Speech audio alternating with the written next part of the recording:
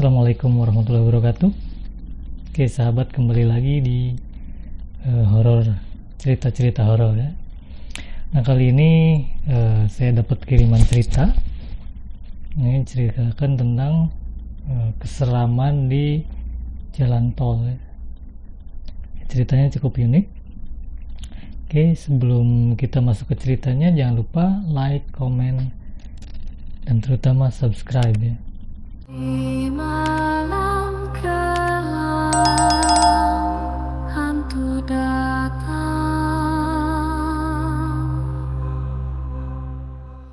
Oke, ada dua sahabat dan satu kantor mereka bekerja. Yang satu namanya Aldi dan yang satu namanya Rahmat. Nah, ini berawal ketika mereka berencana untuk pergi ke mudik ya, pergi ke Jawa Timur. Nah, waktu itu mereka berangkat dari Jakarta sekitar pukul 9 malam ya. Setelah mereka pulang kantor dan bersiap-siap. Mereka sengaja melakukan perjalanan malam karena mereka menganggap jalan tol pasti tidak seperti siang hari ya, panas.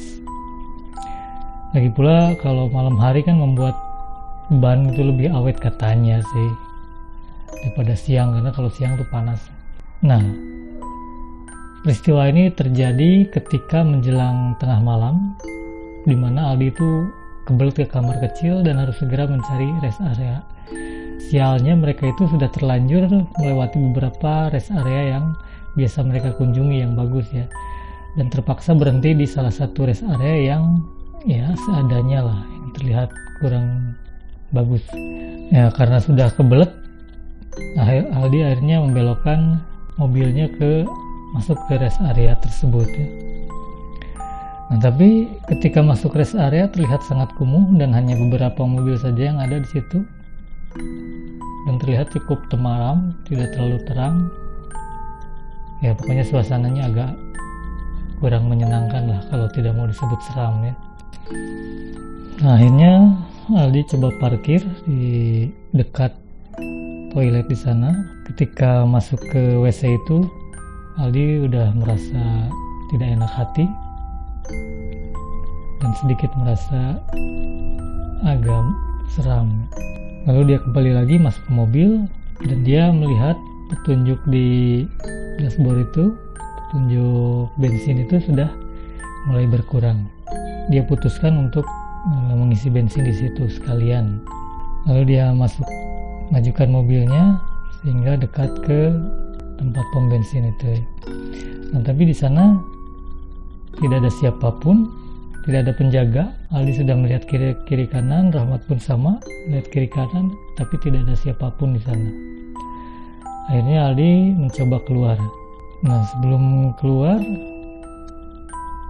saat itulah tanpa sengaja Aldi melihat dari kejauhan ada seseorang yang berdiri mengarah ke arah mereka. Nah, yang bikin Aldi bingung ini, justru kepalanya itu ditutup pakai kantong kresek warna hitam. Dan di sana ada beberapa orang yang sedang beristirahat di mobil dekat orang itu. Nah, namun anehnya mereka seolah tidak menyadari adanya sosok itu. Itu siapa? Tanya Rahmat. Nggak tahu, Met. Ini petugasnya pada kemana coba? Nah, waktu itu Aldi mau keluar dan mau nyariin petugas pom bensin itu. Nah, tapi tiba-tiba Rahmat memegang tangan Aldi dengan cukup kuat dan mencegah dia untuk keluar dari mobil. Di, kita cabut aja, isi bensinnya nanti aja. Tapi Aldi merasa mereka sudah tanggung di situ, dia memaksa untuk mengisi bensin di situ.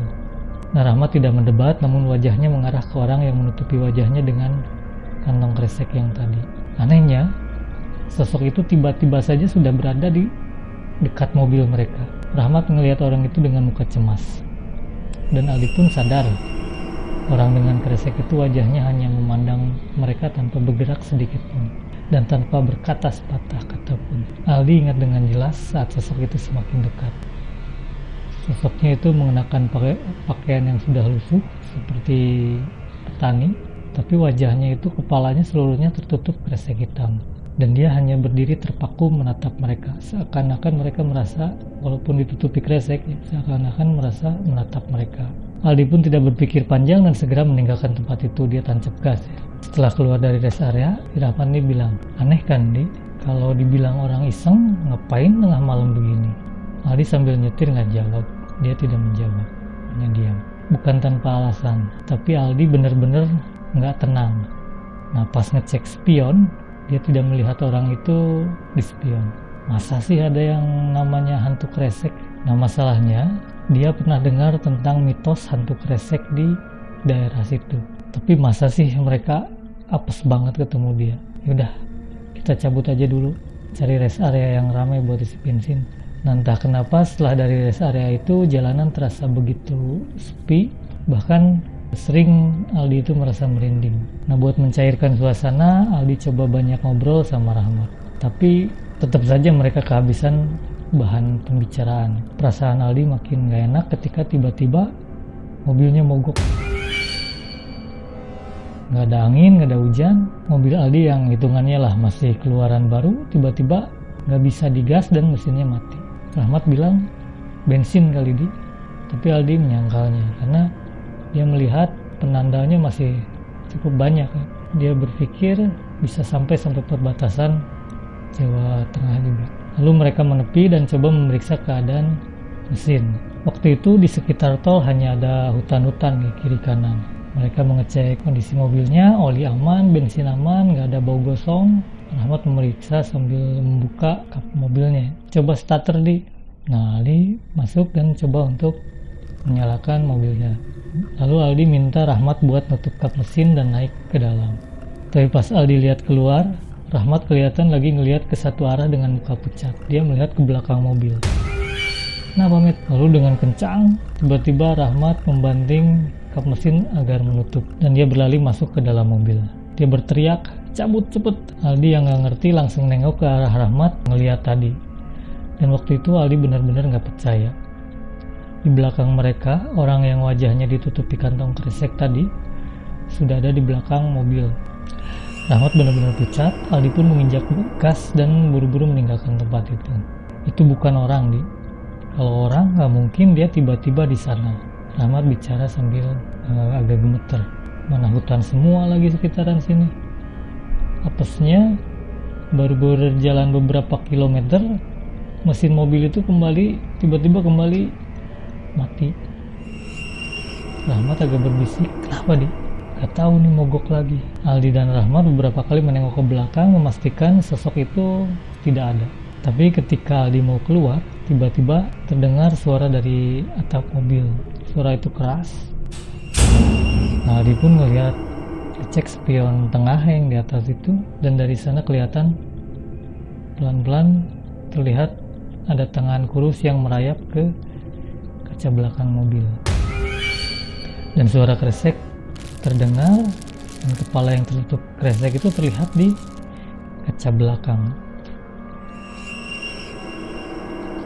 Nah, Rahmat di sini teriak, Di, itu pasti setan, pasti itu setan Di. Dia benar-benar pucat. Dengan tangan gemetar, Aldi coba starter mobil lagi.